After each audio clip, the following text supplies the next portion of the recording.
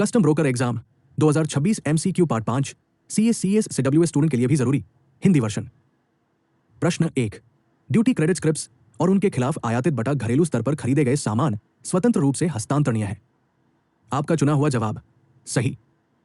सही उत्तर गलत। स्पष्टीकरण, ड्यूटी क्रेडिट स्क्रिप्ट्स में सेस आसानी से ट्रांसफर किए जा सकते हैं जब तक कि खास तौर पर रोक न लगाई गई हो, लेकिन इन स्क्रिप्ट्स के बदले इंपोर्ट किया गया या खरीदा गया सामान आसानी से ट्रांसफर नहीं किया जा सकता। ऐसे सामान एक तय समय, आमतौर पर FTP के तहत 2 साल के लिए एक्चुअल यूजर कंडीशन के अधीन होते हैं। इसलिए यह कथन आंशिक रूप से सत्य है, कुल मिलाकर असत्य है। प्रश्न 2, EPCG योजना के तहत निर्यात दायित्व प्रतिशत कम हो जाता है यदि प्राधिकरण धारक DTA से स्वदेशी रूप से निर्मित पूंजीगत सामान खरीदता है। आपका चुना हुआ जवाब 25%। सही जवाब 15%। स्पष्टीकरण, EPCG योजना FTP के अनुसार अगर कैपिटल गुड्स DTA से देश में ही खरीदे जाते हैं, एक्सपोर्ट ऑब्लिगेशन EO को EO के 15% तक कम कर दिया गया है। परीक्षा नियम, DTA खरीद 15% EO कमी।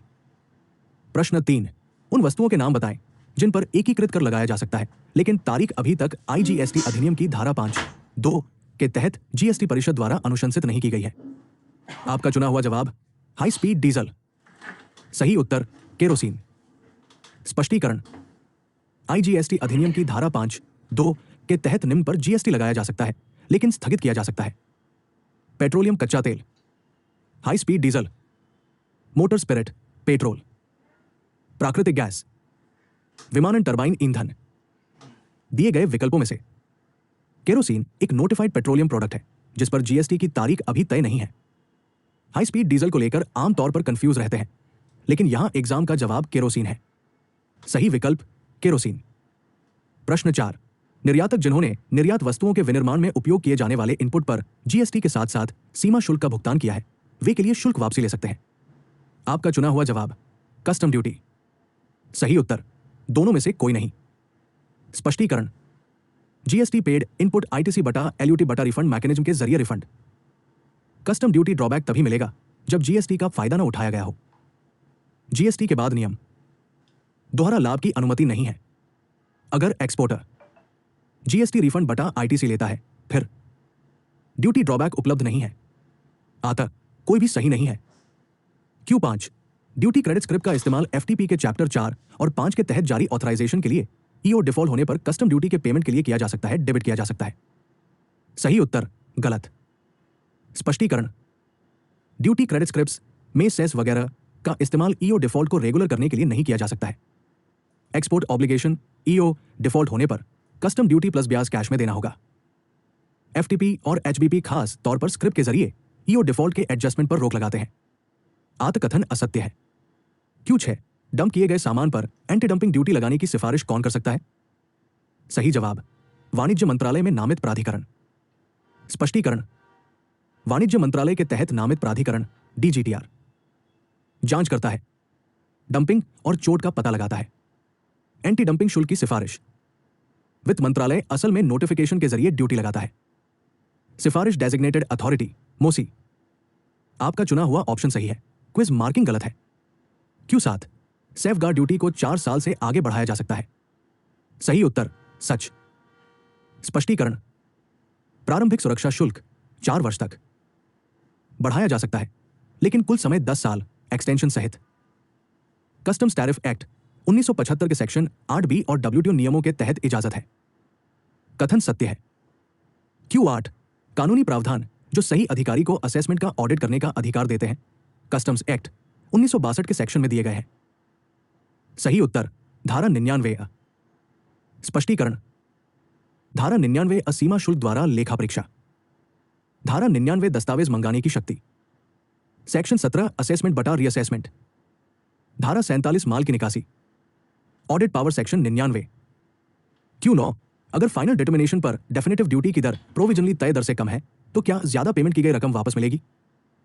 सही उत्तर सच।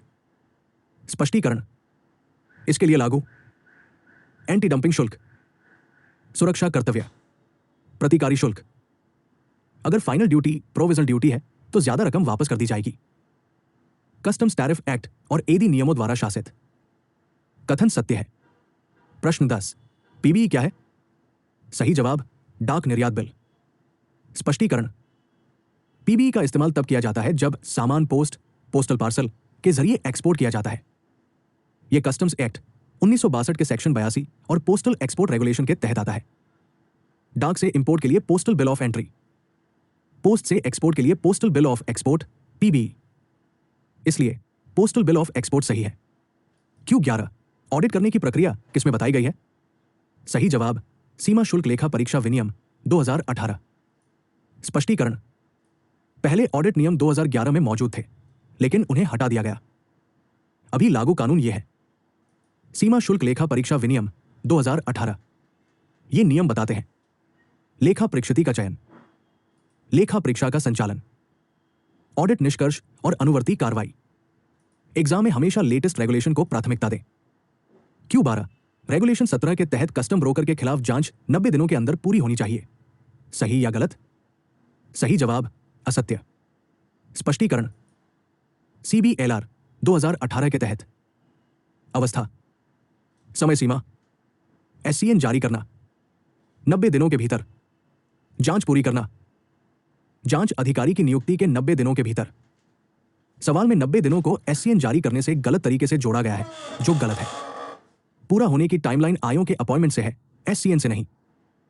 आत्मकथन असत्य है। Q13, डिडक्टिव मेथड नियम 7 के तहत कौन सी कीमत चुनी जाएगी? सही जवाब, 20 टन पान 500 रुपए प्रति टन की दर से बिका। स्पष्टीकरण, नियम 7 निगमनात्मक मूल्य विधि।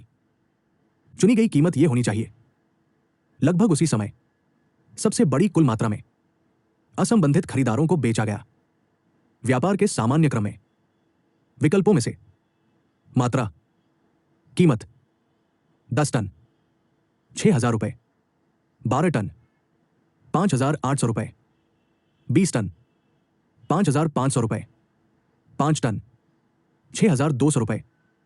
सबसे ज्यादा कुल मात्रा 20 टन, इसलिए 5,500 रुपए प्रति टन लिया गया। Q14, बैगेज नियम 2016 नियम 5 के तहत आभूषण भत्ता। सवाल का सार, 1 साल से ज्यादा विदेश में रहने वाले और भारत लौटने वाले पैसेंजर ज्वेलरी ड्यूटी फ्री ले जा सकते हैं। सही प्रावधान, नियम 5 उदास स्माइली। यात्री, अधिकतम वजन, अधिकतम मूल्य, सज्जन 20 ग्राम 50,000 रुपए, महिला 40 ग्राम 1 लाख रुपए। दूसरे लोग गलत क्यों हैं? 25G/30G/50G/60G के लिए कोई प्रावधान नहीं है। वजन की सीमा सिर्फ 20G और 40G है। सही विकल्प, पुरुषों के लिए 20 ग्राम तक का वजन, अधिकतम मूल्य सीमा 50,000 रुपए और महिला यात्रियों के लिए 40 ग्राम तक का वजन, अधिकतम मूल्य सीमा 1 लाख रुपए। एओ स्टेटस के लिए एलिजिबिलिटी क्राइटेरिया नहीं। एओ एलिजिबिलिटी के लिए जरूरी है भारत में निगमित संस्था, कम से कम 3 साल का बिजनेस ऑपरेशन, वित्तीय शोधन क्षमता, कंप्लायंस हिस्ट्री। ऐसी कोई शर्त मौजूद नहीं है। वार्षिक लाभ 10% से अधिक। एओ प्रोग्राम के तहत कोई मिनिमम प्रॉफिट परसेंट की जरूरत नहीं है। सही जवाब, वार्षिक लाभ 10% से अधिक। प्रश्न 16, उच्च न्यायालय द्वारा स्थगन दिए जाने की समय सीमा। प्रश्न, धारा 28(1) या 28(4) के तहत 2/5 वर्ष की सीमा की गणना कैसे की जाएगी जब हाईकोर्ट SCN पर रोक लगा देता है? कानूनी स्थिति, तय कानून। जिस समय के दौरान स्टे लागू है उसे लिमिटेशन से बाहर रखा गया है। यह इस प्रकार है, सीमा के सामान्य सिद्धांत, न्यायिक मिसालें, प्रशासनिक निष्पक्षता। सही विकल्प, रहने का समय शामिल नहीं होगा। अन्य गलत, कानूनी प्रावधान और मिसालें हैं। दोबारा कोर्ट जाने की जरूरत नहीं। ऑप्शन साफ तौर पर उपलब्ध है। Q17, ड्यूटी फ्री अलाउंस से ज्यादा पैसेंजर बैगेज पर IGST @18% और BCD @38%। आपका चुना हुआ जवाब गलत। सही उत्तर सत्य। स्पष्टीकरण, बैगेज नियम 2016 के अनुसार अधिसूचना संख्या 502017 सीमा शुल्क के साथ ड्यूटी फ्री अलाउंस से ज्यादा सामान के लिए बेसिक कस्टम ड्यूटी BCD 35% लगाई जाती है। सामाजिक कल्याण अधिभार BCD का 10% 3.5%। कुल कस्टम ड्यूटी 38.5% 38% के तौर पर राउंड किया गया। IGST @18% भी लागू है, इसलिए यह कथन सत्य है। Exam tip, baggage flat rate plus IGST लागू। Q.18 अगर IGST छूट का फायदा नहीं उठाया गया है तो डीम्ड एक्सपोर्ट को एक्सपोर्ट की जिम्मेदारी में गिना जाएगा। आपका चुना हुआ जवाब गलत। सही उत्तर सत्य। स्पष्टीकरण, FTP और GST प्रावधानों के अनुसार डीम्ड एक्सपोर्ट जैसे EOU, EPCG होल्डर वगैरह को सप्लाई, निर्यात दायित्व की ओर गिनती, भले ही IGST छूट का फायदा न उठाया गया हो। एक्सपोर्ट की जिम्मेदारी सप्लाई के प्रकार से जुड़ी है, GST छूट से नहीं। परीक्षा tip, deemed export physical export, लेकिन EO बेनिफिट जारी रहता है। पर 19 नहीं लगाए गए कम लगाए गए ब्याज के भुगतान के लिए नोटिस। आपका चुना हुआ जवाब धारा 28। सही उत्तर धारा 28A। स्पष्टीकरण, धारा 28 शुल्क की मांग। सेक्शन 28A ड्यूटी के देर से कम पेमेंट पर ब्याज, सिर्फ ब्याज के लिए नोटिस सेक्शन 28A। बहुत आम MCQ trap. Q.20 provisional assessment के मामले में संबंधित तारीख सेक्शन 18। आपका चुना हुआ जवाब फाइनल असेसमेंट के बाद एडजस्टमेंट की तारीख। सही जवाब अंतिम मूल्यांकन के बाद समायोजन की तिथि। आपका जवाब असल में कानून के हिसाब से सही था, लेकिन पोर्टल मार्किंग गलत लग रही है। कानूनी आधार, धारा 28 स्पष्टीकरण 2C के अनुसार जहां ड्यूटी का प्रोविजनल असेसमेंट किया गया है वहां संबंधित तारीख फाइनल असेसमेंट के बाद ड्यूटी के एडजस्टमेंट की तारीख है। आप कॉन्सेप्ट के हिसाब से सही थे। नोट, कभी कभी ऑनलाइन क्विज में आंसर की गलत होती है। प्रश्न 21 उचित अधिकारी के पास विकल्प उपलब्ध है। धारा 28(4) प्लस 28(5). आपका चुना हुआ जवाब थोड़ा सही लेकिन अधूरा। सही जवाब कार्यवाही समाप्त मानी जाएगी। स्पष्टीकरण, अगर इंपोर्टर एक्सपोर्टर ड्यूटी प्लस ब्याज प्लस 15% पेनल्टी का भुगतान करता है SCN के 30 दिनों के भीतर और सही अधिकारी को लिखकर सूचित करें, धारा 28(5) लागू होती है। कार्यवाही पूरी मानी जाती है। आगे कोई पेनल्टी या फैसला नहीं। परीक्षा की भाषा, कीवर्ड है समाप्त माना गया। Q22 डा के नतीजों के पब्लिश होने के बाद एंटी डंपिंग ड्यूटी लगाने की टाइम लिमिट। सही उत्तर 60 दिन। कानूनी आधार, सीमा शुल्क अधिनियम 1975 की धारा 9(a) को एंटी डंपिंग नियम 1995 के नियम 18 के साथ पढ़ने पर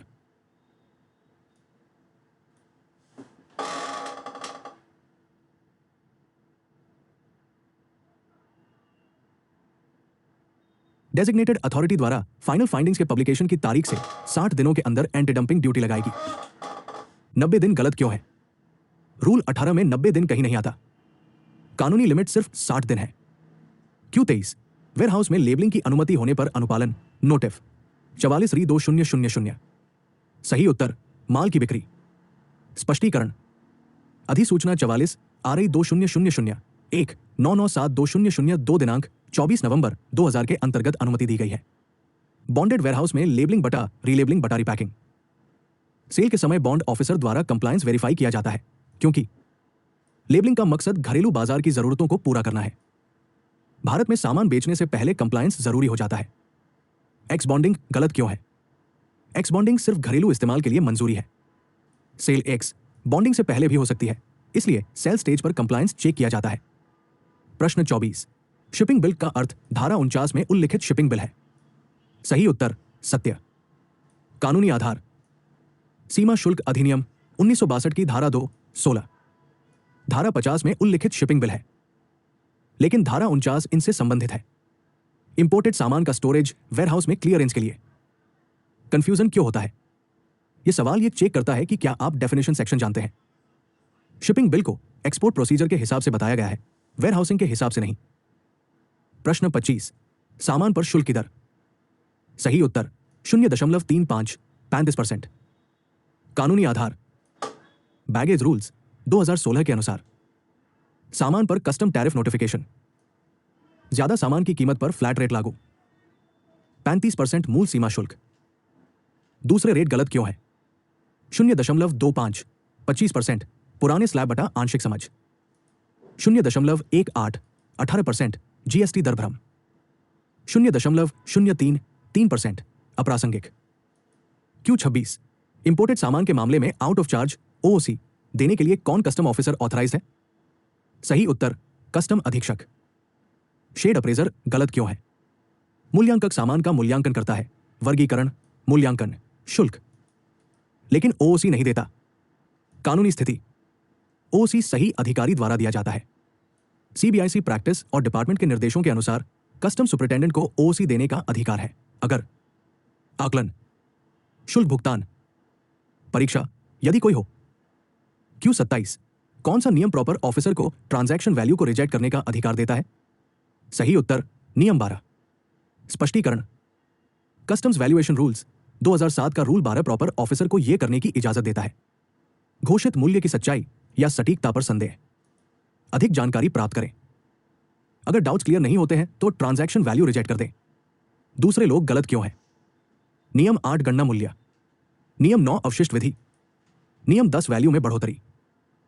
Q28 एक्ट के किस सेक्शन के तहत ड्यूटी के लिए गुड्स का रीअसेसमेंट किया गया है? सही उत्तर धारा 17(4). स्पष्टीकरण, धारा 17 मूल्यांकन, 17(1) आयातक द्वारा स्वमूल्यांकन, 17(2) उचित अधिकारी द्वारा पुनर्मूल्यांकन, 17(4) परीक्षा परीक्षण के बाद पुनर्मूल्यांकन।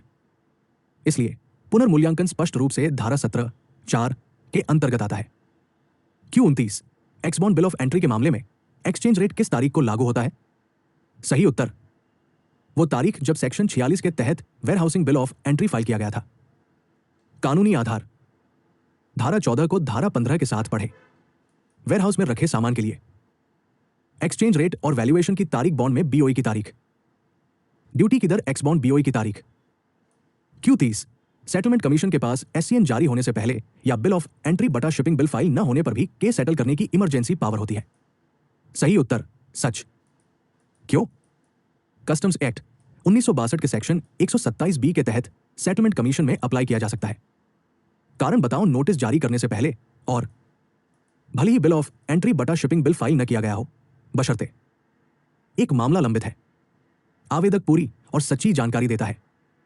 सेटलमेंट कमीशन एक खास सिस्टम है जिसका मकसद झगड़ों को शुरुआती स्टेज में ही निपटाना है। आपका मार्क किया गया जवाब फॉल्स गलत था। Q31 कस्टम्स के लिए एक्सचेंज रेट किसके द्वारा तय किया जाता है? सही उत्तर CBIC। क्यों?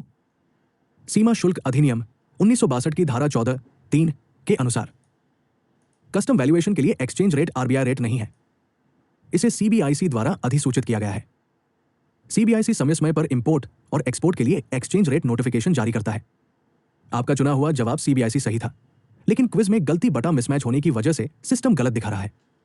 Q32 एक्सपोर्ट सप्लाई करते समय एप्लीकेंट को export supply documents shipping bill बटा बिल ऑफ एक्सपोर्ट बटा टैक्स इनवॉइस पर बताना होगा। सही उत्तर योजना का नाम। क्यों? FTP और GST नियमों के तहत एक्सपोर्टर को साफ तौर पर बताना होगा। एक्सपोर्ट इंसेंटिव स्कीम का नाम जैसे रोडी TEP, DFIA, EPCG ये सुनिश्चित करते हैं लाभ का सही संबंध, दोहरे लाभ से बचाव। सही विकल्प योजना का नाम। Q33 पालतू जानवरों के एक्सपोर्ट के लिए कौन सा सर्टिफिकेट जरूरी है? सही उत्तर पशु संगरोध फिटनेस प्रमाण पत्र। क्यों? इसके अंतर्गत अनिवार्य पशुधन आयात अधिनियम AQCS पशु संगरोध और प्रमाणन सेवाएं प्रमाणित करता है। स्वास्थ्य स्थिति, टीकाकरण, रोगमुक्त स्थिति। प्रश्न 34 CGST अधिनियम की धारा 9(1) के तहत केंद्रीय कर की अधिकतम दर। सही जवाब 0.20 20%। स्पष्टीकरण, CGST अधिनियम 2017 की धारा 9(1) में कहा गया है 20% से ज्यादा नहीं लगेगा, 40% तक जा सकते हैं, इसलिए अकेले CGST की लिमिट 20% 0.20 है। आपका चुना हुआ ऑप्शन 0.2 कानूनी तौर पर सही है। क्विज मार्किंग गलत है। Q35 भारत लौटने वाले वयस्क यात्री के लिए मुफ्त भत्ता नेपाल, भूटान, म्यांमार के अलावा। सही जवाब 50,000 रुपए। स्पष्टीकरण के अनुसार नियम 3 सामान्य मुफ्त भत्ता GFA वयस्क यात्री के लिए 50,000 रुपए, नेपाल, भूटान, म्यांमार के अलावा अन्य देशों पर लागू। आपका चुना हुआ ऑप्शन 50,000 रुपए सही है। क्विज मार्किंग गलत है। प्रश्न 36 घरेलू सोर्सिंग के मामले में निर्यात दायित्व की गणना किसके संदर्भ में की जाती है? सही जवाब फॉर सड़क पर मुफ्त बटा रेल पर मुफ्त। स्पष्टीकरण अग्रिम प्राधिकरण बटा EPCG योजनाओं के अंतर्गत। जब इनपुट देश में ही मिलते हैं तो ईओ की गणना इस आधार पर की जाती है। काल्पनिक सीमा शुल्क बचाया गया, लिया गया मान फॉर वैल्यू है, फॉर्म नहीं। ये एफटीपी और एचबीपी प्रोविजन में साफ तौर पर दिया गया है। आपका चुना हुआ ऑप्शन फॉर सही है। क्विज मार्किंग गलत है। Q37 एक्सपोर्ट के बाद भारतीय सामान का रिपेयर रीप्रोसेसिंग के लिए दोबारा इंपोर्ट। सही जवाब अधिसूचना संख्या 15895 सीमा शुल्क। स्पष्टीकरण अधिसूचना 15895 सीमा शुल्क दिनांक 14 नवंबर 1995।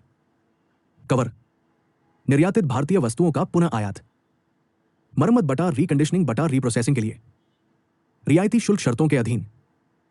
आपका चुना हुआ ऑप्शन 158 बटा 1995 सही है। क्विज मार्किंग गलत है। Q38 बैगेज रूल्स 2016 के तहत एक शिशु को मिलने वाला ड्यूटी फ्री अलाउंस। प्रश्न एक शिशु को किस प्रकार का ड्यूटी फ्री भत्ता मिलता है? सही जवाब प्रयुक्त व्यक्तिगत प्रभाव।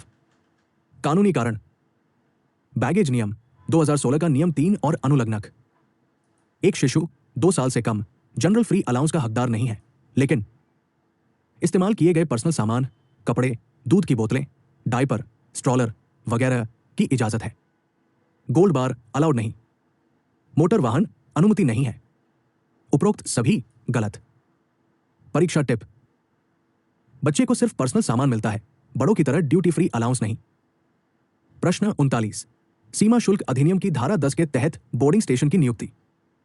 प्रश्न बोर्डिंग स्टेशन कस्टम्स कमिश्नर द्वारा कस्टम्स एक्ट के सेक्शन 10 के तहत एक नोटिफिकेशन जारी करके नियुक्त किया जाता है। सही जवाब असत्य। आपका सच गलत क्यों है? सीमा शुल्क अधिनियम 1962 की धारा 10 बोर्डिंग स्टेशन इनके द्वारा तय किए जाते हैं।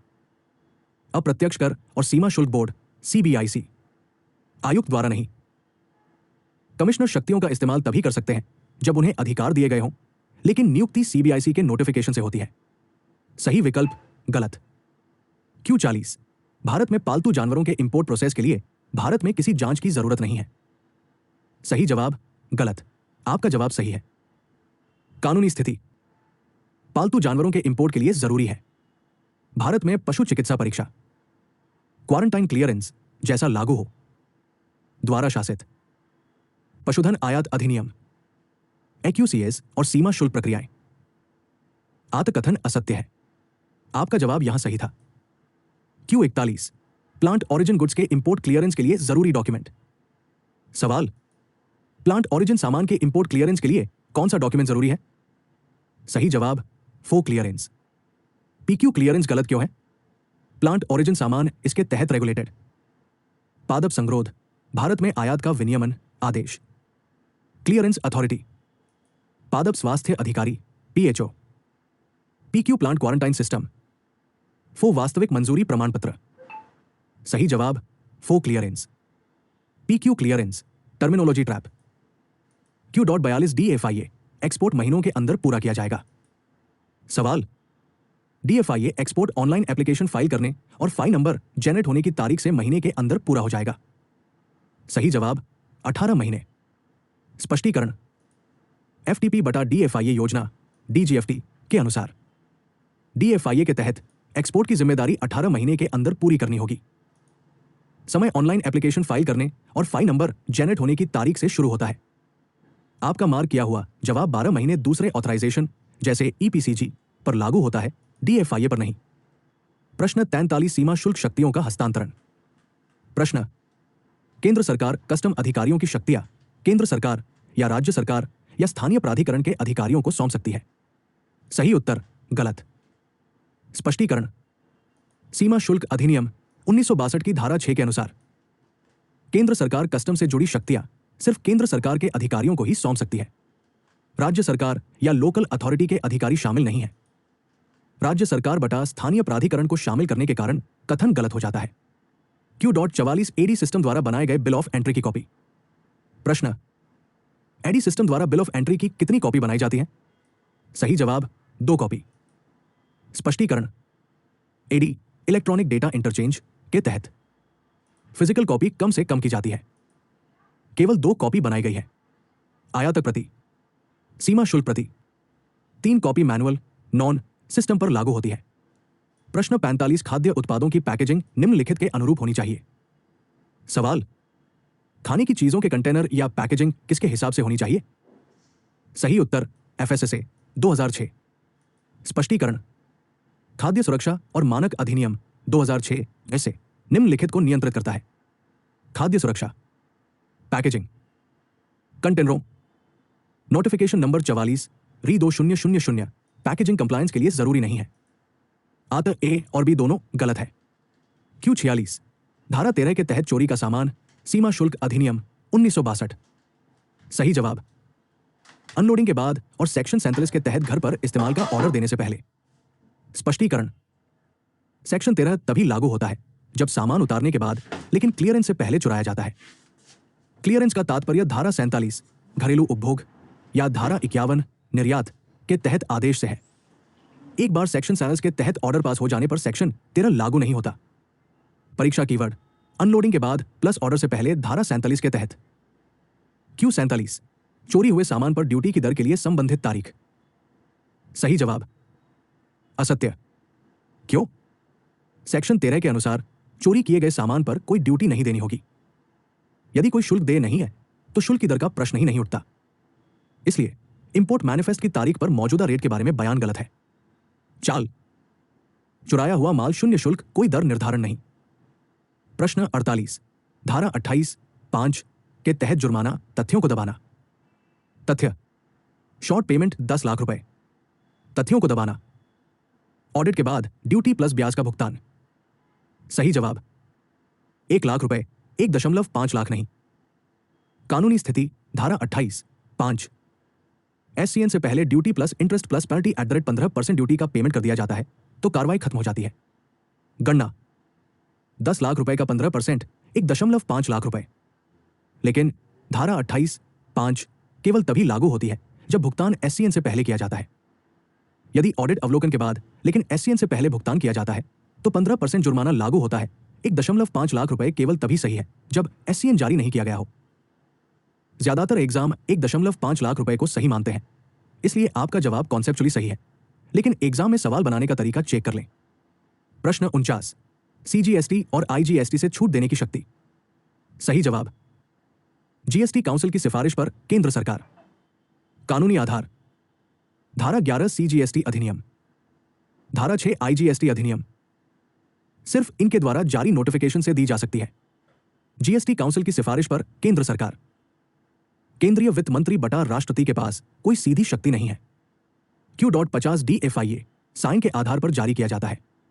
सही उत्तर सच। स्पष्टीकरण, DFIA duty free import authorization standard input output norms साइन के आधार पर जारी किया जाता है। संदर्भ, FTP और HBP DFIA योजना।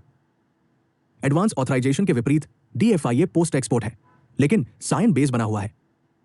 एग्जाम टिप, आप प्लस DFIA दोनों साइन से जुड़े हैं। Q.51 EOU बटा EHTP के लिए सामान कुरियर मोड से इंपोर्ट किया जा सकता है। सही उत्तर गलत। स्पष्टीकरण, नॉर्मल कस्टम्स प्रोसेस के जरिए सामान इंपोर्ट करना जरूरी है। कुरियर मोड इंपोर्ट की इजाजत नहीं है सिवाय बहुत कम मामलों, खास परमिशन के तहत डॉक्यूमेंट सैंपल्स के। संदर्भ, कुरियर आयात और निर्यात, मंजूरी, विनियम, FTP। Exam trick, courier mode personal बटा कमर्शियल छोटे कंसाइनमेंट बॉन्डेड EOU इंपोर्ट नहीं। प्रश्न 52 ब्रांड ड्यूटी ड्रॉबैक की दर नियम के तहत तय की गई है। सही उत्तर नियम 6 और नियम 7। स्पष्टीकरण, नियम 6 ब्रांड रेट तय करना जब कोई ऑल इंडस्ट्री रेट मौजूद न हो। नियम 7 स्पेशल ब्रांड रेट का निर्धारण। संदर्भ, सीमा शुल्क और केंद्रीय उत्पाद शुल्क वापसी नियम 2017। यदि प्रश्न में केवल ब्रांड रेट लिखा है तो परीक्षा में सबसे सुरक्षित उत्तर नियम 6 और 7 है। प्रश्न 53 CB12 किसके लिए है? सही उत्तर दस्तावेज। स्पष्टीकरण, CB12 डॉक्यूमेंट्स के लिए कुरियर बिल ऑफ एंट्री है। Courier BE classification. CBE कम मूल्य के शुल्क योग्य सामान। CB2 उच्च मूल्य शुल्क योग्य वस्तुएं। CB12 दस्तावेज। संदर्भ, कुरियर विनियम। नमूना और मुफ्त उपहार CB3 है, CB12 नहीं। प्रश्न 54 TRA का अर्थ है। सही जवाब ट्रांसफर रिलीज एडवाइस। स्पष्टीकरण, TRA तब जारी किया जाता है जब सामान एक कस्टम स्टेशन पर क्लियर हो जाता है लेकिन ड्यूटी दूसरे स्टेशन पर पे की जाती है। आईसीडी पोर्ट मूवमेंट में इस्तेमाल होता है।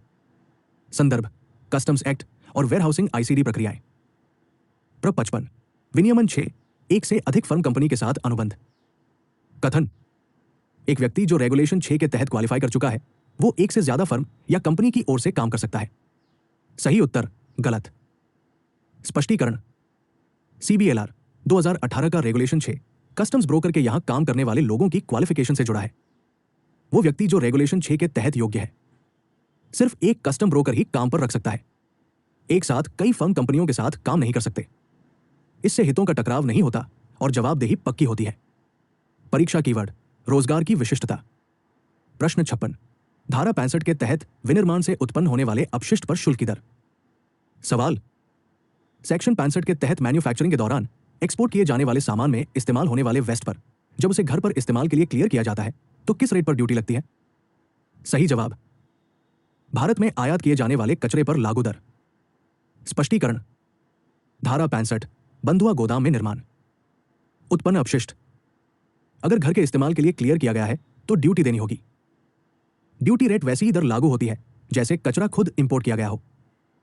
नील नहीं, एक जैसे सामान पर आईजीएसटी नहीं, एड-हॉक रेट नहीं। परीक्षा कीवर्ड आयातित वस्तुओं के रूप में अपशिष्ट का उपचार। Q57 डीएफआईए और प्रीइंपोर्ट बटा एक्चुअल यूजर कंडीशन। कथन डीएफआईए प्रीइंपोर्ट कंडीशन के तहत इनपुट के लिए जारी किया जा सकता है या जहां साइन एक्चुअल यूजर कंडीशन तय करता है। सही उत्तर गलत। स्पष्टीकरण DFIA duty free import authorisation post export आधारित है। इसके अंतर्गत इनपुट आयात पूर्व स्थिति या असल यूजर की हालत डीएफआईए के लिए योग्य नहीं है। ऐसे इनपुट की इजाजत सिर्फ एडवांस ऑथराइजेशन के तहत है, डीएफआईए के तहत नहीं। परीक्षा कीवर्ड डीएफआईए प्रीइंपोर्ट बटा एक्चुअल यूजर। प्रश्न 58 समान सामान निर्माण का देश। सवाल आसान शब्दों में क्या एक ही मॉडल और रंग के लेकिन अलग अलग देशों में बने फोन को एक जैसा सामान माना जा सकता है? सही जवाब नहीं, बनाने वाला देश एक ही होना चाहिए। स्पष्टीकरण कस्टम्स वैल्यूएशन नियमों के अनुसार एक जैसा सामान होना चाहिए। उत्पादन के देश सहित सभी मामलों में समान सामान। सिंगापुर मलेशिया एक जैसा नहीं हो सकता भले ही मॉडल स्पेक्स मैच करते हों। परीक्षा कीवर्ड मूल देश निर्णायक है। Q59 भारत में पालतू जानवरों के इंपोर्ट प्रोसेस के लिए ओरिजिन कंट्री से हेल्थ सर्टिफिकेट की जरूरत होती है। सही उत्तर सच।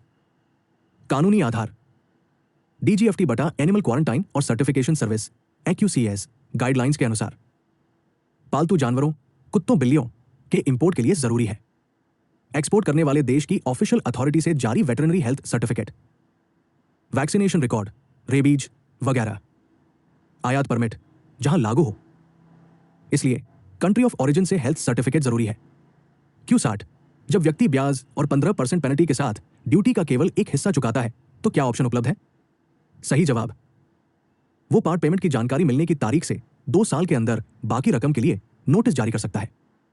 कानूनी आधार सीमा शुल्क अधिनियम 1962 की धारा 28(5) और 28(6) अगर पूरी duty plus interest plus penalty नहीं दी जाती है तो सेटलमेंट पूरा नहीं होता है। सही अधिकारी यह कर सकता है। आंशिक भुगतान स्वीकार करें, शेष राशि के लिए SCN जारी करें। कम पेमेंट की जानकारी मिलने की तारीख से 2 साल की लिमिट लागू होती है। Q61 IGM किसके द्वारा फाइल किया गया है? सही उत्तर वेसल एजेंट। कानूनी आधार सीमा शुल्क अधिनियम 1962 की धारा 30 इंपोर्ट जनरल मैनिफेस्ट IGM इनके द्वारा फाइल किया जाना चाहिए।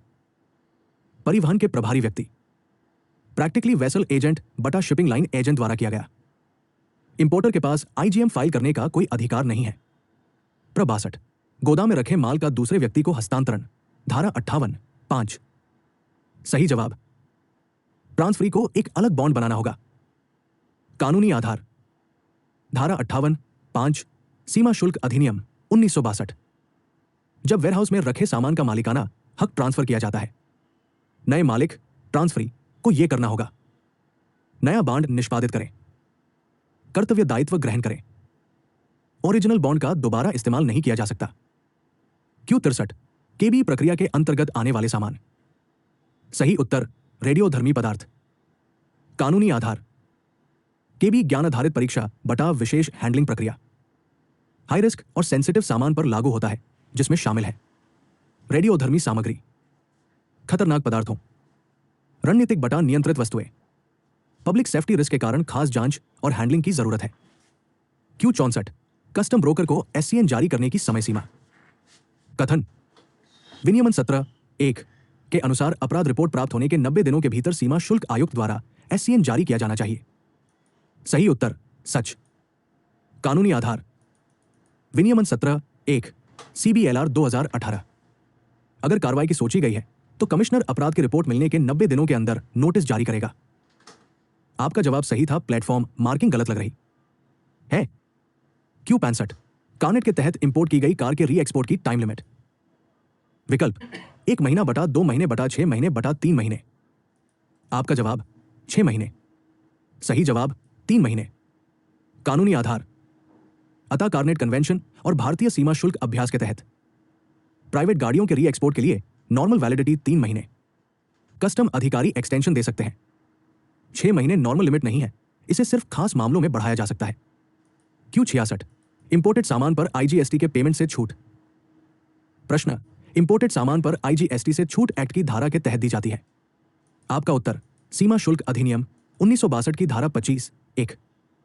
सही जवाब सीमा शुल्क अधिनियम 1975 की धारा 3(12).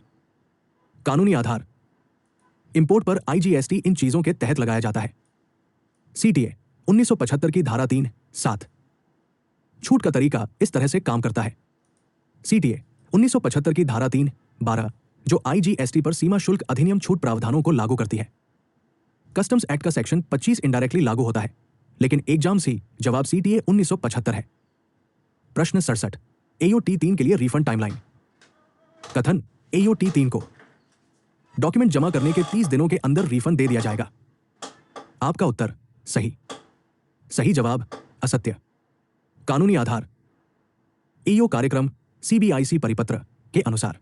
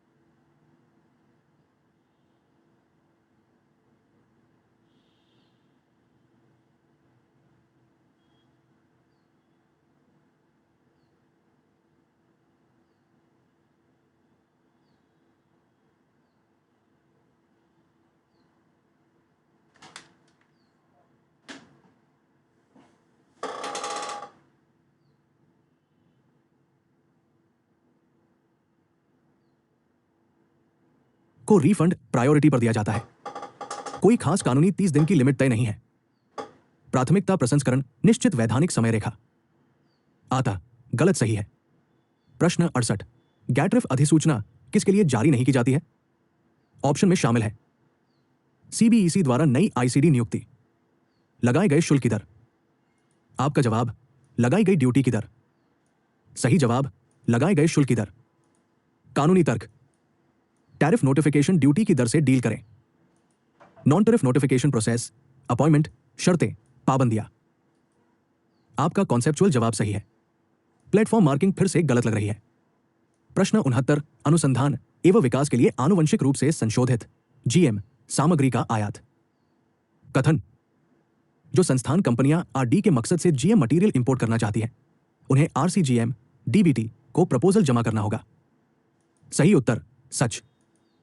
कारण ईपीए 1986 के तहत नियम 1989 के अनुसार डिपार्टमेंट ऑफ बायोटेक्नोलॉजी डीबीटी के तहत RCGM review committee on genetic manipulation ने रिसर्च और डेवलपमेंट के लिए जीएम मटेरियल के इंपोर्ट को मंजूरी दे दी है। जियाक का अप्रूवल कमर्शियल बटा एनवायरमेंटल रिलीज के लिए जरूरी है, आरडी के लिए नहीं। आपका कॉन्सेप्ट यहां सही है, लेकिन लगता है फ्लेक्सीक्विज ने गलत तरीके से इवैल्यूएट किया है। कुछ मॉक पोर्टल्स में यह जानी मानी दिक्कत है। प्रश्न 70 बॉन्ड में निर्माण सीमा शुल्क अधिनियम 1962। प्रश्न बॉन्ड में मैन्युफैक्चरिंग से जुड़े प्रोविजन किस सेक्शन के तहत आते हैं? सही उत्तर धारा 65। कारण कस्टम्स एक्ट 1962 का सेक्शन 65। बॉन्डेड वेयरहाउस में मैन्युफैक्चर और दूसरे ऑपरेशन। धारा 58 वेयरहाउसिंग प्रावधान। धारा 44 माल का प्रवेश। धारा 55 शुल्क में छूट। सेक्शन 65 बॉन्ड में मैन्युफैक्चर बहुत जरूरी एग्जाम टॉपिक। प्रश्न 71 गलत सीमाओं वाले मानचित्र। कथन गलत सीमाएं दिखाने वाले मैप वाले पब्लिकेशन को कुरियर से इंपोर्ट नहीं किया जा सकता। सही उत्तर सच। कारण ऐसे मैप्स इन चीजों के तहत मना किए गए सामान में आते हैं। सीमा शुल्क अधिनियम, गृह मंत्रालय के दिशा निर्देश, कुरियर इंपोर्ट की सख्त जांच होती है। गलत पॉलिटिकल मैप कुरियर से भेजने की इजाजत नहीं है। प्रश्न 72 आईपीआर प्रवर्तन नियम 2007 विनियमन 7। सवाल जब कस्टम्स आईपीआर नियमों के तहत सामान की क्लियरेंस रोक देता है तो क्या जरूरी होता है? सही जवाब राइट होल्डर को 10 वर्किंग डेज के अंदर प्रोसीडिंग्स में शामिल होना होगा। कारण विनियमन 7(2) आईपीआर प्रवर्तन नियम 2007। अगर राइट होल्डर 10 दिनों के अंदर कार्रवाई में शामिल नहीं होता है, जिसे और 10 दिन बढ़ाया जा सकता है, तो सामान रिलीज कर दिया जाएगा। एडवांस कॉस्ट, बीजी, डिस्ट्रक्शन कॉस्ट जैसे दूसरे ऑप्शन भी सामने आते हैं बाद में, इस स्टेज पर नहीं। प्रश्न 73 जीएम सामग्री युक्त खाद्य पदार्थों का आयात। कथन इंडस्ट्रियल प्रोडक्शन, एनवायरमेंटल रिलीज या फील्ड एप्लीकेशन के लिए इस्तेमाल होने वाले जीएम मटेरियल वाले खाने फीड, कच्चे या प्रोसेस्ड खाने के इंपोर्ट के लिए जिया की मंजूरी जरूरी है। सही उत्तर सच। कारण पर्यावरण, वन और जलवायु परिवर्तन मंत्रालय के तहत जीईएसी जेनेटिक इंजीनियरिंग मूल्यांकन समिति, इसके लिए जरूरी मंजूरी। पर्यावरणीय रिलीज, फील्ड परीक्षण, औद्योगिक बटा वाणिज्यिक उपयोग। आरसीजीएम की मंजूरी सिर्फ आरडी के लिए है। प्रश्न 74 सवाल कस्टम कमिश्नर के ऑपरेशन सस्पेंड करने पर वेयरहाउस से सामान हटाने की टाइम लिमिट क्या है? सही जवाब 30 दिन। स्पष्टीकरण वेयरहाउसिंग विनियमन के विनियमन 7 के साथ धारा 58(2) के अनुसार जब वेयरहाउस परिचालन निलंबित हो जाता है तो आयातक को आयुक्त द्वारा निर्दिष्ट समय के भीतर माल को हटाने की आवश्यकता होती है, जो कि 30 दिन है, जब तक कि इसे बढ़ाया न जाए। आतक कोई समय सीमा नहीं, गलत है। प्रश्न 75 सवाल अगर आरएमएस कोई बिल ऑफ एंट्री बटा शिपिंग बिल वेरिफिकेशन के लिए लेता है और अप्रेजिंग ऑफिसर को मार करता है तो क्या officer sale contract, insurance policy, catalogue वगैरह जैसे डॉक्यूमेंट मांग सकता है? सही जवाब असत्य। स्पष्टीकरण आरएमएस रिस्क मैनेजमेंट सिस्टम के तहत अप्रेजिंग ऑफिसर आरएमएस के निर्देशों से आगे नहीं जा सकता। अधिकारी केवल आरएमएस द्वारा बताए गए डॉक्यूमेंट्स को वेरीफाई कर सकता है। जब तक आरएमएस इंस्ट्रक्शन इसकी इजाजत न दे, अपनी मर्जी से एक्स्ट्रा डॉक्यूमेंट्स मांगने की इजाजत नहीं है। आत्मकथन असत्य है। प्रश्न 76 प्रश्न एओटी 3 के लिए न तो ट्रांजैक्शन ऑडिट है और न ही ऑस्प का है। सही जवाब असत्य। स्पष्टीकरण एओटी 3 एंटिटीज को राहत मिलती है, लेकिन OSPCA on site post clearance audit अभी भी आयोजित किया जा सकता है। ट्रांजैक्शन ऑडिट की संभावना पूरी तरह से खारिज नहीं की गई है। इसलिए यह कहना कि न तो ट्रांजैक्शन ऑडिट और न ही ऑस्प का गलत है। प्रश्न 77। सवाल, सेक्शन 33 के तहत कौन सही ऑफिसर है जो सेक्शन 8A के तहत बताई गई जगह के अलावा किसी दूसरी जगह पर इंपोर्टेड सामान को उतारने या एक्सपोर्ट किए गए सामान को लोड करने की इजाजत दे सकता है? सही जवाब, आयुक्त। स्पष्टीकरण, कस्टम्स एक्ट 1962 के सेक्शन 33 में साफ तौर पर कहा गया है कि परमिशन कस्टम्स कमिश्नर द्वारा दी जाती है, बोर्ड बटा चीफ कमिश्नर बटा एडिशनल कमिश्नर नहीं। प्रश्न 78 एफटीपी 2015 से 20 के तहत ईपीसीजी प्राधिकरण के पुनर्वैधीकरण की अनुमति। सही उत्तर, गलत। क्यों?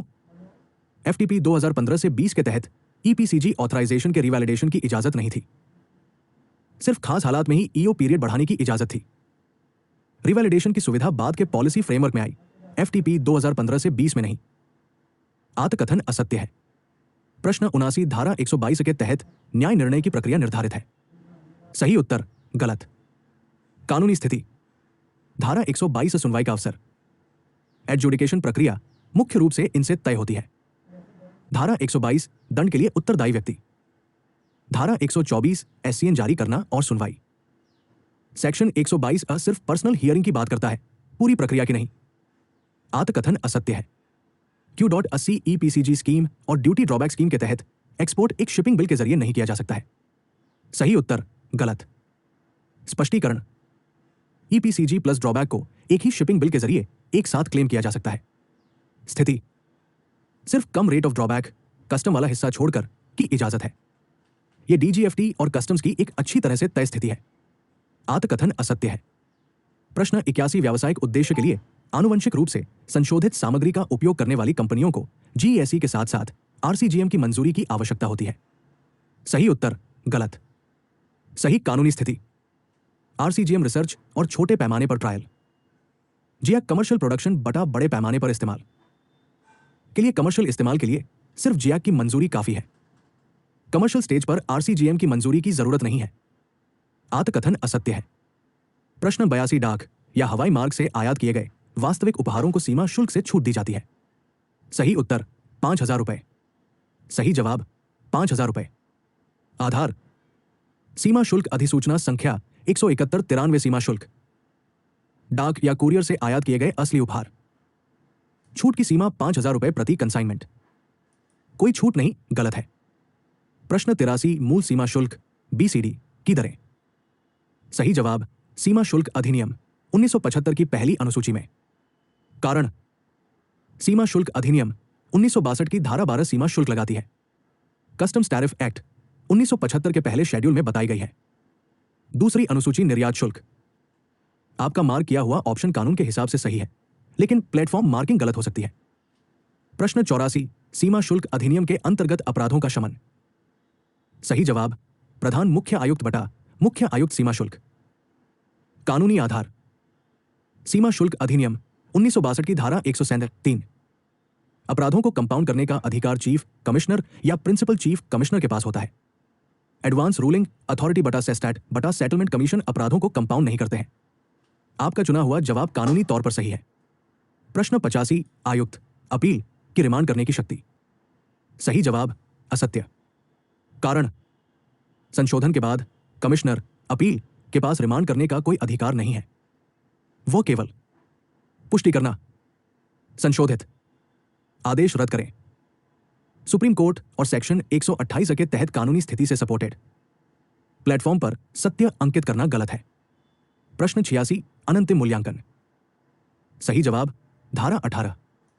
क्यों? कस्टम्स एक्ट का सेक्शन 18 इससे जुड़ा है। अनंतिम मूल्यांकन, बांड और सुरक्षा, अंतिम रूप और ब्याज। सही जवाब मार्क किया गया।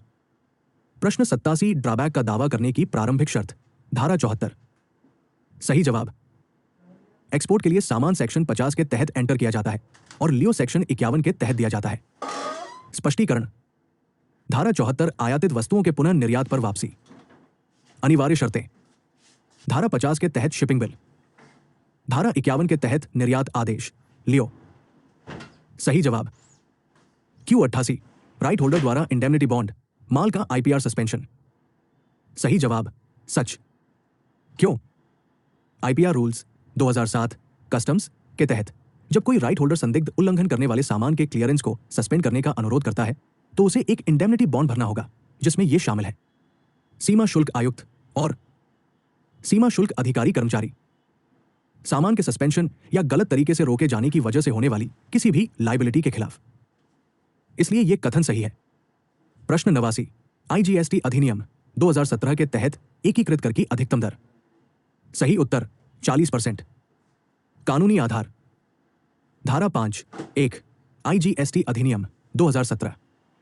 40% से ज्यादा नहीं ऐसी दरों पर लगाया जाएगा जैसा कि नोटिफाई किया जा सकता है। नोट 28% तक जाते हैं। वैधानिक अधिकतम सीमा 40%। आतक 40% सही उत्तर है। प्रश्न 90, धारा 142 के प्रयोजन के लिए उचित अधिकारी। सही उत्तर एसीडीसी। संदर्भ सीजीएसटी एक्ट का section 142 transitional provision excise service tax VAT के पुराने मुद्दे से जुड़ा है। एसीडीसी क्यों? उचित अधिकारी को सीजीएसटी अधिनियम की धारा 291 के तहत परिभाषित किया गया है। ट्रांजिशनल मामलों के लिए अधिकार क्षेत्र वाले असिस्टेंट डिप्टी कमिश्नर ही डेजिग्नेटेड अथॉरिटी है, सुपरिंटेंडेंट या कमिश्नर नहीं। अतः एसीडीसी सही है। प्रश्न 91, डीम्ड एक्सपोर्ट्स की कौन सी मुख्य विशेषता नहीं है? सही जवाब ऑप्शन 1, सामान देश से बाहर चला जाता है लेकिन पेमेंट आईएनआर में मिलता है। तर्क एफटीपी विदेश व्यापार नीति के अनुसार माने गए निर्यात का मतलब है सामान भारत से बाहर नहीं जाता। पेमेंट आईएनआर या फ्री फॉरेन एक्सचेंज में हो सकता है। फायदे रिफंड के लिए सप्लाई को एक्सपोर्ट माना जाता है। अगर सामान भारत से बाहर जाता है तो यह फिजिकल एक्सपोर्ट है, डीम्ड एक्सपोर्ट नहीं। इसलिए ऑप्शन 1 डीम्ड एक्सपोर्ट का फीचर नहीं है। प्रश्न 92, डाक द्वारा आयातित वस्तुओं का वर्गीकरण। सही उत्तर 98.04। क्यों? सीमा शुल्क टैरिफ का अध्याय 98 सीटीएच 9804 खास तौर पर पोस्ट या कुरियर से इंपोर्ट किए गए सामान को कवर करता है। सरलीकृत मूल्यांकन और मंजूरी प्रक्रिया। इसलिए सही वर्गीकरण 98.04। प्रश्न 93, सीमा शुल्क अधिनियम का अतिरिक्त क्षेत्रीय अनुप्रयोग। कथन कस्टम्स एक्ट 1962 किसी भी व्यक्ति द्वारा भारत के बाहर किए गए उल्लंघन और अपराधों पर भी लागू होता है। सही उत्तर सच। कानूनी आधार सीमा शुल्क अधिनियम 1962 की धारा 1(2). इसका विस्तार पूरे भारत में है और यह भारत के बाहर किए गए किसी अपराध या उल्लंघन पर भी लागू होता है। इससे अधिनियम को अतिरिक्त क्षेत्रीय अधिकारिता प्राप्त होती है। आपका मार्क किया हुआ जवाब लीगली सही है। प्रश्न 94, शुल्क लगाने की प्रासंगिक तिथि। धारा 46(b)(e). सवाल सेक्शन 46 के तहत फाइल किए गए होम कंजम्पशन (b)(e) के मामले में जहां सामान ले जाने वाली गाड़ी एयरक्राफ्ट अभी लैंड कस्टम स्टेशन पर नहीं पहुंची है, ड्यूटी चार्ज करने की सही तारीख क्या है? सही जवाब गाड़ी के आने की तारीख। कानूनी आधार सीमा शुल्क अधिनियम 1962 की धारा 15(1)(a). जहाज के अंदर आने की तारीख बटा गाड़ी के आने की तारीख का रेट है। भले ही बिल ऑफ एंट्री पहले फाइल किया जाता है, एडवांस फाइलिंग। माल नहीं आया है, ड्यूटी की दर आने पर तय होती है, फाइलिंग की तारीख पर नहीं। आपका जवाब सही है। प्रश्न 95, ईपीसीजी के तहत पूंजीगत वस्तुओं के आयात की समय सीमा। सवाल ईपीसीजी ऑथराइजेशन के तहत कैपिटल गुड्स को ऑथराइजेशन जारी होने की तारीख से महीने के अंदर इंपोर्ट करना होगा। सही उत्तर 24 महीने। कानूनी आधार एफटीपी प्लस एचबीपी ईपीसीजी योजना। कैपिटल गुड्स को ईपीसीजी ऑथराइजेशन जारी होने की तारीख से 24 महीने के अंदर इंपोर्ट किया जाना चाहिए। सही मामलों में डीजीएफटी द्वारा एक्सटेंशन दिया जा सकता है। स्टैंडर्ड ईपीसीजी इंपोर्ट के लिए 12/18/6 महीने गलत है। आपका जवाब 24 महीने सही है। 96 लेट एक्सपोर्ट ऑर्डर लियो देने का प्राधिकरण। सवाल मान लीजिए एक्सपोर्ट ऑर्डर किसके द्वारा दिया गया है? सही जवाब एक्सपोर्ट शेड में मूल्यांकक। प्रैक्टिकल प्लस कानूनी स्थिति असेसमेंट और जांच के बाद एक्सपोर्ट शेड में तैनात अप्रेजर द्वारा आईसिस में इलेक्ट्रॉनिक तरीके से दिया जाता है। सुपरिटेंडेंट सुपरवाइज कर सकता है लेकिन लियो अप्रेजर जारी करता है। यह एक बहुत ही सामान्य परीक्षा प्रश्न है। आपका जवाब बिल्कुल सही है। प्रश्न 97, वित्त मंत्रालय द्वारा अधिसूचित नहीं की गई मुद्राओं के लिए विनिमय दर। सही जवाब एक्सचेंज कंट्रोल बोर्ड आरबीआई। स्पष्टीकरण सीमा शुल्क अधिनियम 1962 की धारा 14 के तहत सीबीआईसी मासिक विनिमय दरों को अधिसूचित करता है। करेंसी को नोटिफाई नहीं किया गया है उनके लिए आरबीआई बटा exchange control authority bill of entry file करने की तारीख पर लागू रेट का सर्टिफिकेट जारी करती है। अतः परीक्षा के संदर्भ में बैंक सही नहीं है। सही विकल्प विनिमय नियंत्रण बोर्ड आरबीआई। Q98 अलग अलग ड्यूटी रेट लेकिन एक ही वैल्यू। सही जवाब ऐसी दरों में सबसे ज्यादा। कानूनी आधार धारा 19 सीमा शुल्क अधिनियम 1962। जब अलग अलग रेट पर चार्ज होने वाली चीजों को एक साथ इंपोर्ट किया जाता है और उनकी वैल्यू एक जैसी होती है तो सबसे ज्यादा रेट लागू होता है। सही विकल्प ऐसे रेट्स में सबसे ज्यादा। आपने इसे सही मार्क किया है लेकिन सिस्टम गलत दिखा रहा है, शायद पोर्टल एरर है। प्रश्न 99 सीमा शुल्क आयुक्त अपील। सही जवाब धारा 128। स्पष्टीकरण धारा 128 आयुक्त अपील को अपील से संबंधित है। धारा 4 1 केवल अधिकारियों की नियुक्ति के बारे में बात करती है, अपील प्राधिकरण की परिभाषा के बारे में नहीं। सही विकल्प धारा 128। प्रश्न 100 जीएसटी के तहत इंट्रास्टेट सप्लाई पर टैक्स। सही जवाब सीजीएसटी और एसजीएसटी। स्पष्टीकरण अंतराज्यीय आपूर्ति सीजीएसटी प्लस एसजीएसटी, अंतराज्यीय आपूर्ति आईजीएसटी। सही विकल्प सीजीएसटी और एसजीएसटी। Q101 पशुधन और पशुधन उत्पादों का आयात द्वारा नियंत्रित किया जाता है। सही जवाब पशुधन आयात अधिनियम 1898। क्यों? ये एक्ट खास तौर पर पशुधन और पशुधन प्रोडक्ट्स के इंपोर्ट को रेगुलेट करता है ताकि रोका जा सके। पशु रोगों का प्रसार, मानव और पशु स्वास्थ्य पर प्रतिकूल प्रभाव। कस्टम्स एक्ट सिर्फ प्रोसीजरल पावर देता है।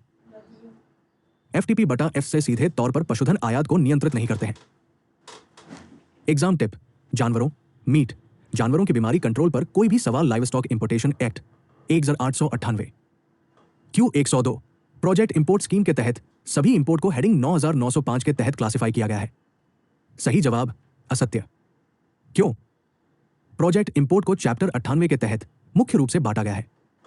9801 प्रोजेक्ट इंपोर्ट्स कस्टम्स टैरिफ में मौजूद नहीं है। एग्जाम ट्रैप 9905 जैसे नंबर अक्सर गुमराह करने के लिए डाले जाते हैं। प्रश्न 103 ईओ कार्यक्रम का उद्देश्य प्राप्त करना है। विकल्प ए अंतरराष्ट्रीय व्यापार पर कड़े नियंत्रण, बी व्यापार सुविधा, सी विश्व व्यापार की सुरक्षा। सही जवाब विकल्प बी और सी। क्यों?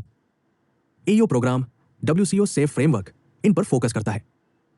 तेज क्लियरेंस, इंस्पेक्शन कम हुए, सुरक्षित ग्लोबल सप्लाई चेन। यह कंट्रोल को कड़ा करने के बारे में नहीं है बल्कि भरोसेमंद कंप्लायंस के बारे में है। प्रश्न 104 केंद्रीय भंडारण निगम के अंतर्गत एक गोदाम एक निजी बंधुआ गोदाम है। सही जवाब असत्य। क्यों? CWC के तहत आने वाले वेयरहाउस है।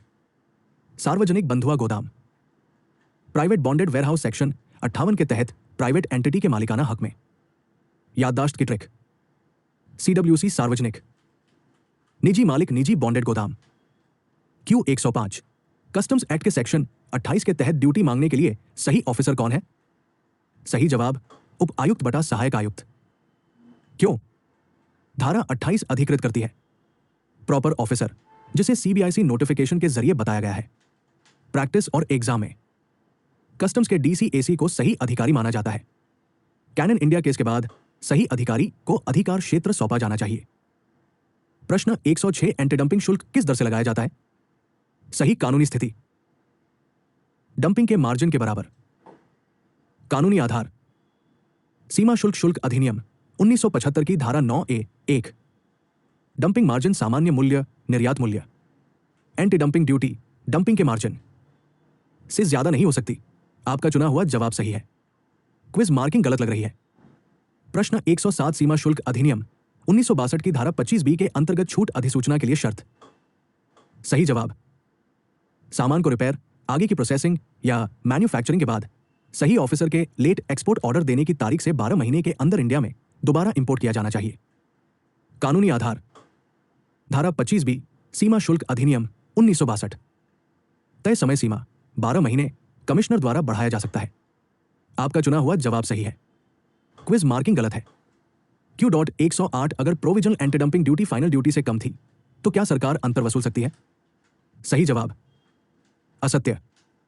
कानूनी आधार नियम 21 एंटी डंपिंग नियम 1995 अगर फाइनल ड्यूटी प्रोविजनल ड्यूटी है तो अंतर रिकवर नहीं किया जा सकता। अगर फाइनल ड्यूटी प्रोविजनल ड्यूटी है तो ज्यादा रकम वापस कर दी जाएगी। आपका चुना हुआ जवाब गलत, बिल्कुल सही है। क्विज मार्किंग गलत है। Q.109 क्या केंद्र सरकार जांच का समय बढ़ा सकती है? कितने समय के लिए? सही जवाब 18 महीने। कानूनी आधार नियम 17(1) एंटी डंपिंग नियम 1995। सामान्य अवधि 12 महीने।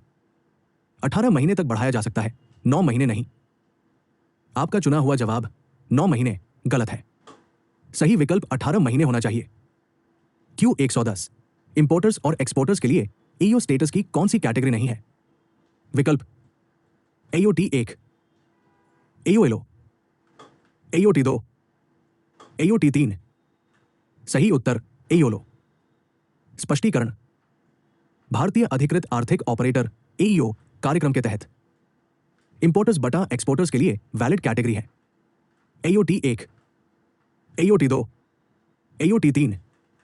एयोलो लॉजिस्टिक्स ऑपरेटर्स के लिए है, इंपोर्टर्स एक्सपोर्टर्स के लिए नहीं। इसलिए एयोलो इंपोर्टर्स एक्सपोर्टर्स के लिए कोई कैटेगरी नहीं है। Q111 सेस के तहत एलिजिबिलिटी क्राइटेरिया पिछले FY में minimum net free foreign exchange earnings. विकल्प 50,000 अमेरिकी डॉलर, 25,000 अमेरिकी डॉलर, 15,000 अमेरिकी डॉलर, 10,000 अमेरिकी डॉलर। सही जवाब USD 15,000।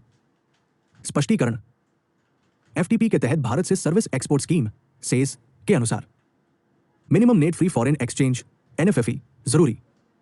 कंपनियों, फर्मों, LLPs के लिए USD 15,000, व्यक्तिगत सेवा प्रदाताओं के लिए USD 10,000। इसलिए USD 15,000 सही है। Q112 जेम्स और ज्वेलरी सेक्टर के लिए duty free import authorization DFIA scheme उपलब्ध है। विकल्प सत्य, असत्य। सही उत्तर गलत। स्पष्टीकरण DFIA स्कीम इनके लिए उपलब्ध नहीं है।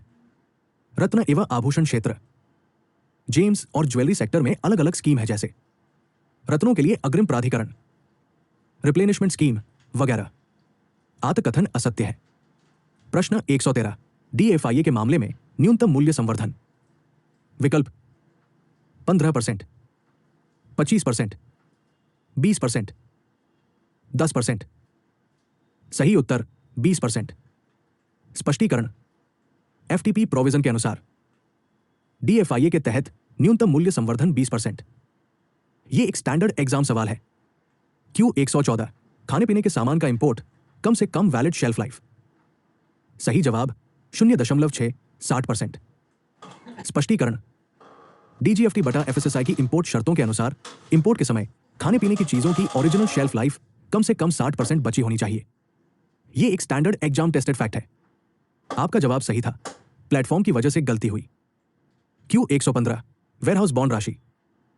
सही जवाब लगाई गई ड्यूटी की रकम। गलत ऑप्शन चुना गया, लगाई गई ड्यूटी की रकम का 3 गुना। कानूनी आधार धारा 59 सीमा शुल्क अधिनियम 1962। सामान पर लगाई गई ड्यूटी की रकम के बराबर का बॉन्ड भरना होगा। 3 गुना शुल्क सही नहीं है, यह भ्रम अक्सर दंड प्रावधानों से उत्पन्न होता है। Q116 विदेशी मुद्रा रूपांतरण के लिए विनिमय दर। सही जवाब RBI ने रेट तय किया। गलत ऑप्शन चुना, बोर्ड ने रेट तय किया। कानूनी आधार धारा 14(3) सीमा शुल्क अधिनियम 1962। एक्सचेंज रेट है RBI द्वारा निर्धारित, CBIC बोर्ड द्वारा अधिसूचित। परीक्षा का जवाब RBI पर केंद्रित है, बोर्ड पर नहीं। प्रश्न 117 IPR आयातित वस्तुएं प्रवर्तन नियम 2007 इसमें शामिल नहीं। सही जवाब पर्सनल इस्तेमाल से ज्यादा सामान इंपोर्ट किया गया। गलत ऑप्शन चुना गया, B और C दोनों। नियम की स्थिति बाहर रखे गए सामान IPR नियमों के तहत नहीं आते। पर्सनल इस्तेमाल के लिए पैसेंजर बैगेज में नॉन कमर्शियल सामान, पर्सनल इस्तेमाल के लिए कम मात्रा। शामिल नहीं IPR नियमों के तहत। पर्सनल इस्तेमाल से ज्यादा इंपोर्ट किया गया सामान कमर्शियल नेचर का। आतक केवल विकल्प भी सही है, न कि B और C दोनों। प्रश्न 118 ट्रिप्स शब्द का तात्पर्य व्यापार संबंधी बौद्धिक संपदा अधिकारों से है। सही उत्तर सत्य। स्पष्टीकरण ट्रिप्स बौद्धिक संपदा अधिकारों के व्यापार संबंधी पहलू। यह एक WTO एग्रीमेंट है जो इंटरनेशनल ट्रेड में IPR प्रोटेक्शन से जुड़ा है। कई MCQs में इसे trade related intellectual property rights के तौर पर लिखा जाता है, जिसे सही मान लिया जाता है। आपका मार्क किया गया जवाब ट्रू सही था। सिस्टम मार्किंग गलत लग रही है। क्यू 119 ड्यूटी क्रेडिट स्क्रिप्ट का इस्तेमाल कंपोजिशन फीस के पेमेंट के लिए नहीं किया जा सकता है। सही उत्तर गलत। स्पष्टीकरण, ड्यूटी क्रेडिट स्क्रिप्ट्स में सेस वगैरह का इस्तेमाल इनके लिए किया जा सकता है। मूल सीमा शुल्क, अतिरिक्त कर्तव्य, रचना शुल्क, ये एफटीपी और सीबीआईसी सर्कुलर के तहत साफ किया गया है। आपका जवाब गलत था। सिस्टम मार्किंग गलत है। क्यू 120 बोर्ड के पास कस्टम्स एक्ट 1962 के सेक्शन के तहत बैगेज रेगुलेशन बनाने का अधिकार है। सही उत्तर धारा 81। स्पष्टीकरण, धारा 81 सीबीआईसी बोर्ड को बैगेज नियम विनियम बनाने का अधिकार देती है। बैगेज रूल्स 2016 सेक्शन 81 के तहत जारी किए गए हैं। आपका जवाब सेक्शन 81 बिल्कुल सही है। सिस्टम मार्किंग गलत है। प्रश्न 121 सीबीआईसी द्वारा धारा 47 1 के तहत इलेक्ट्रॉनिक रूप से शुल्क का भुगतान करने के लिए किसे अधिकृत किया गया है? सही जवाब एईओ इंपोर्टर्स। स्पष्टीकरण, सीबीआईसी अधिसूचनाओं के साथ धारा 47 1 एईओ आयातकों को अनुमति देती है। आस्थगित शुल्क भुगतान, इलेक्ट्रॉनिक भुगतान सुविधा, सीबी या ईओयू जैसे अन्य इस विशिष्ट लाभ के लिए 47 1 के तहत अधिकृत नहीं है। आपका जवाब एईओ इंपोर्टर्स सही है। सिस्टम मार्किंग गलत है। प्रश्न 122 एईओ T1 से कोई मॉड चार्ज नहीं किया जाएगा। सही उत्तर गलत। स्पष्टीकरण, एईओ T1 को मॉड मर्चेंट ओवरटाइम छूट नहीं मिलती है। मॉड छूट सिर्फ इन्हें मिलती है। AEO T2, AEO T3। सही जवाब गलत होना चाहिए। आपका मार्क किया हुआ जवाब सही गलत है। प्रश्न 123 निम्नलिखित में से क्या लेखा परीक्षिति की परिभाषा में शामिल नहीं है? सही उत्तर आईसीडी। कारण, धारा 99A सीमा शुल्क लेखा परीक्षा के अनुसार लेखा परीक्षिति में शामिल है आयातक बटा निर्यातक, संरक्षक, सीमा शुल्क दलाल। आईसीडी इनलैंड कंटेनर डिपो एक जगह है, न कि कोई व्यक्ति एंटिटी जिसे ऑडिटी के तौर पर क्लासिफाई किया जा सकता है। आपका मार्क किया हुआ जवाब आईसीडी असल में सही था, लेकिन ऐसा लगता है कि प्लेटफॉर्म ने इसे मिसमार्क कर दिया है। क्यू 124 एडिशनल कमिश्नर के ऑर्डर के खिलाफ अपील के लिए प्रीडिपॉजिट सेक्शन 129E। सही उत्तर 0.075 7.5%। कारण, धारा 129E के तहत कमिश्नर अपील के सामने अपील ड्यूटी पेनल्टी का 7.5%, सेस्टैट के समक्ष अपील 10%। क्योंकि ऑर्डर एडिशनल कमिश्नर का है, इसलिए अपील कमिश्नर अपील के पास होगी 7.5%। आपका चुना हुआ जवाब 0.075 कानूनी तौर पर सही है। प्रश्न 125 धारा 28(4) के तहत एससीएन बिना निर्णय के कब समाप्त किया गया? सही उत्तर आयातक 30 दिनों के भीतर शुल्क प्लस ब्याज प्लस 15% जुर्माना का भुगतान करता है और अधिकारी को लिखित रूप में सूचित करता है। धारा 28(5). कारण, धारा 28(5) कार्यवाही बंद करने की अनुमति देती है। स्थितियां, शुल्क प्लस ब्याज, 15% जुर्माना, 30 दिनों के भीतर भुगतान, उचित अधिकारी को लिखित सूचना। सिर्फ ड्यूटी और ब्याज देना काफी नहीं है।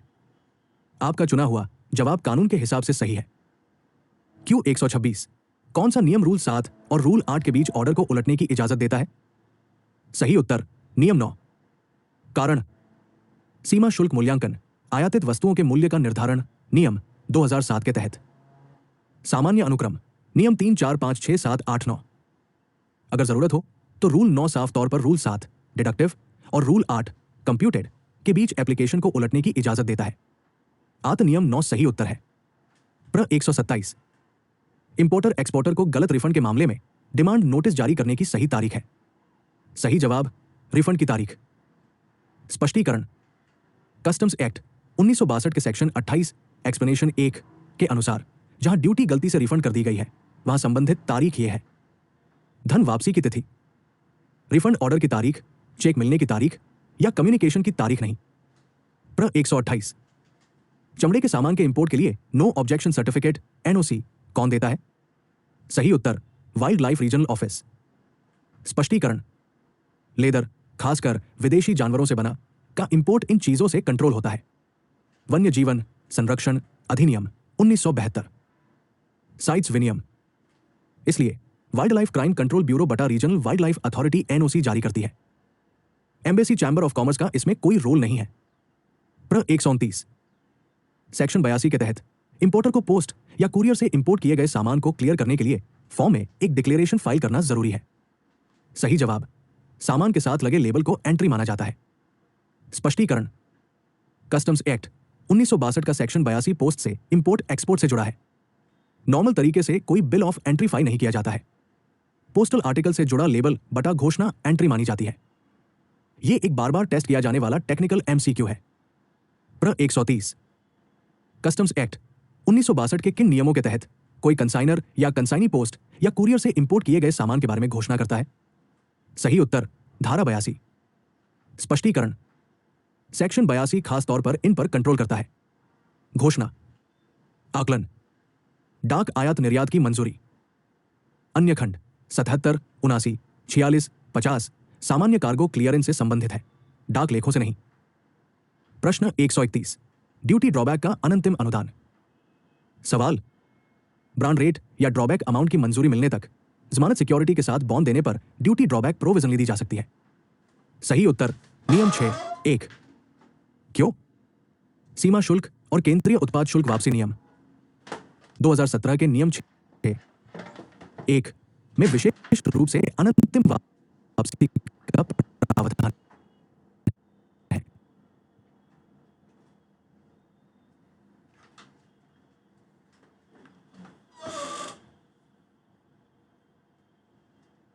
ब्रांड रेट तय होने तक बॉन्ड सिक्योरिटी के साथ प्रोविजनल पेमेंट की अनुमति देता है। नियम 6(2) गलत क्यों है? नियम 6(2) अंतिम रूप देने वसूली की बात करता है, अनंतिम अनुदान की नहीं। परीक्षा टिप, अनंतिम वापसी नियम 6(1) हमेशा याद रखें। प्रश्न 132, डीएफआईए के तहत एक्सपोर्ट से पहले आवेदन।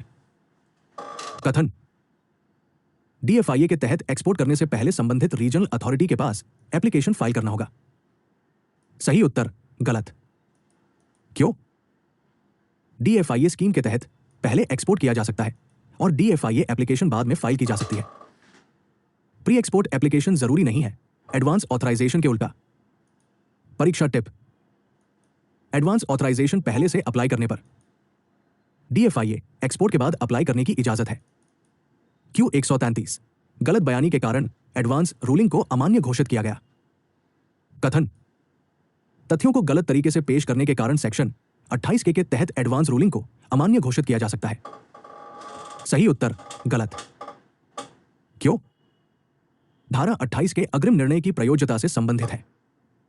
एडवांस रूलिंग को अमान्य घोषित करने का अधिकार सेक्शन 28(I) के तहत है। सही सेक्शन मैपिंग। अनुभाग, विषय 28(I), एडवांस रूलिंग अमान्य, धोखाधड़ी गलत बयान। 28 के अग्रिम निर्णय की प्रयोज्यता। क्यू 134, इंपोर्ट पर आईजीएसटी की रिकवरी नहीं की जाती है। प्रश्न, आयातित वस्तुओं पर आईजीएसटी सीटीए 1975 की धारा 3(7) के तहत लगाया जाता है। किस प्रावधान के तहत आईजीएसटी नहीं लगाए जाने पर मांग की जा सकती है? सही जवाब, कस्टम्स एक्ट 1962 की धारा 28। क्यों? हालांकि आईजीएसटी कस्टम्स टैरिफ एक्ट के जरिए चार्ज किया जाता है। रिकवरी मैकेनिज्म कस्टम्स एक्ट का सेक्शन 28 है। एससी प्लस सीबीआईसी ने लगातार इस स्थिति को बनाए रखा है। परीक्षा का सुनहरा नियम, इंपोर्ट पर शॉर्ट लेवी बटा non levy section 28 customs act. प्रश्न 135, एंटी डंपिंग शुल्क वैधता। कथन, एंटी डंपिंग ड्यूटी 5 साल तक जारी रहेगी जब तक कि इसे पहले रद्द न कर दिया जाए। सही उत्तर, गलत। क्यों? धारा 9(a)(5) के अनुसार 5 साल के लिए वैलिड है, लेकिन यह अपने आप खत्म हो जाता है जब तक कि सनसेट रिव्यू न किया जाए और बढ़ाया न जाए। सही बात यह होनी चाहिए, एंटी डंपिंग ड्यूटी 5 साल के लिए वैलिड है जब तक कि सनसेट रिव्यू के बाद इसे बढ़ाया न जाए। प्रश्न 136, शून्य रेटेड आपूर्ति की परिभाषा। सही जवाब, आईजीएसटी अधिनियम 2017 की धारा 16। स्पष्टीकरण, शून्य रेटेड आपूर्ति सीजीएसटी, एसजीएसटी, टीजीएसटी के तहत एक परिभाषा अनुभाग नहीं है। यह विशेष रूप से आईजीएसटी अधिनियम 2017 की धारा 16 के तहत प्रदान किया गया है, जिसमें शामिल है वस्तुओं या सेवाओं का निर्यात, सेस डेवलपर इकाई को आपूर्ति। एग्जाम टिप, जब भी आप एक्सपोर्ट बटा सेस बटा जीरो रेटिंग देखें तो आईजीएसटी एक्ट सेक्शन 16 के बारे में सोचें। Q.137 IPR बौद्धिक संपदा अधिकार उल्लंघन माल। स्थिति: राइट होल्डर को रूल 7 के तहत कार्रवाई में शामिल होने के लिए कहा जाता है, लेकिन वो सस्पेंशन के 10 वर्किंग डेज के अंदर शामिल नहीं होता है। सही जवाब: अगर सामान इंपोर्ट करने लायक है तो उसे रिलीज कर देंगे। कानूनी आधार: बौद्धिक संपदा अधिकार आयातित वस्तुएं प्रवर्तन नियम 2007 के अनुसार अगर राइट होल्डर 10 वर्किंग डेज के अंदर प्रोसीडिंग्स में शामिल नहीं होता है, कस्टम सामान को रिलीज कर देगा, बशर्ते सामान अन्यथा आयात योग्य है, कोई अन्य कानूनी उल्लंघन मौजूद नहीं है। एग्जाम ट्रैप: अगर राइट होल्डर सहयोग नहीं करता है तो कार्रवाई जारी नहीं रहती। प्रश्न 138 सीमा शुल्क दलाल का लाइसेंस। सही जवाब: सीमा शुल्क अधिनियम 1962 की धारा 146। स्पष्टीकरण: धारा 146 1 सरकार को सीमा शुल्क दलालों को लाइसेंस देने का अधिकार देती है। CBLR customs brokers licensing regulation section 146 के तहत बनाए गए हैं। याद रखने लायक एक लाइन: कस्टम ब्रोकर धारा 146 प्र 139 धारा 28 के अंतर्गत नोटिस जारी करने की सुसंगत तिथि।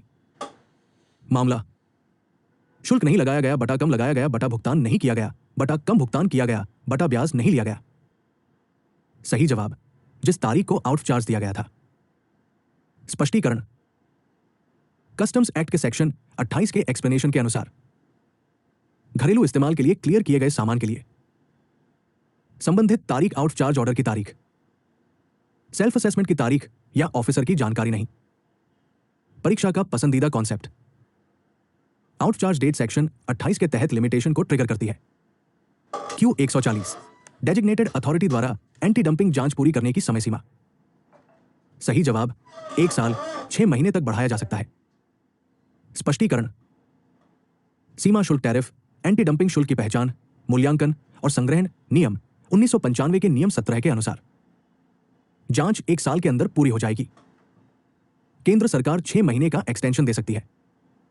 एग्जाम में आमतौर पर बेसिक टाइम लिमिट पूछी जाती है, इसलिए 1 साल सही जवाब है। आपका चुनाव सही। पोर्टल ने गलत मार्क किया, शायद इवैल्यूएशन में गलती। Q 141 additional commissioner of customs के ऑर्डर के खिलाफ अपील कमिश्नर अपील के पास है। सही उत्तर सत्य। स्पष्टीकरण: सीमा शुल्क अधिनियम 1962 की धारा 128 के अनुसार निर्णय आदेश के विरुद्ध अपील प्रिंसिपल कमिश्नर बटा कमिश्नर सेस्टैट, कमिश्नर से नीचे का कोई भी अधिकारी commissioner appeal, additional commissioner commissioner से नीचे होता है, इसलिए अपील कमिश्नर अपील्स के पास होती है। आपका चुनाव सही। पोर्टल ने गलत मार्क किया, इवैल्यूएशन में दिक्कत। Q 142 गलत तरीके से चुकाए गए ब्याज के रिफंड की समय सीमा। सही जवाब: ब्याज के पेमेंट की तारीख से 1 साल। स्पष्टीकरण: ब्याज का रिफंड कस्टम्स एक्ट 1962 के सेक्शन 27 के तहत आता है। समय सीमा 1 वर्ष। संबंधित तारीख ऐसे ब्याज के भुगतान की तारीख। न्यायिक उदाहरणों से सपोर्टेड रिफंड लिमिट के लिए ब्याज को ड्यूटी के बराबर माना जाता है। आपका चुनाव सही। पोर्टल ने गलत मार्क किया। Q 143 उन सेवाओं का विवरण देने वाला परिशिष्ट जहां INR की कमाई को विदेशी मुद्रा माना जाता है। सही उत्तर परिशिष्ट 3E। स्पष्टीकरण: FTP और RBI गाइडलाइंस के अनुसार अपेंडिक्स 3E उन सर्विसेज के बारे में बताता है जहां INR में रसीद को फॉरेन एक्सचेंज में रसीद माना जाता है। अपेंडिक्स 3E 1/3B वगैरह अलग अलग एक्सपोर्ट बेनिफिट क्लासिफिकेशन से जुड़े हैं। आपका चुनाव सही। पोर्टल ने गलत मार्क किया। प्रश्न 144 धारा 59 के तहत बांड और सुरक्षा। प्रश्न ऐसे मामले में जहां आयातक धारा 59 1 या 59 2 के तहत बांड निष्पादित करता है। सही जवाब: दोनों मामलों में बॉन्ड के साथ सिक्योरिटी देना जरूरी है।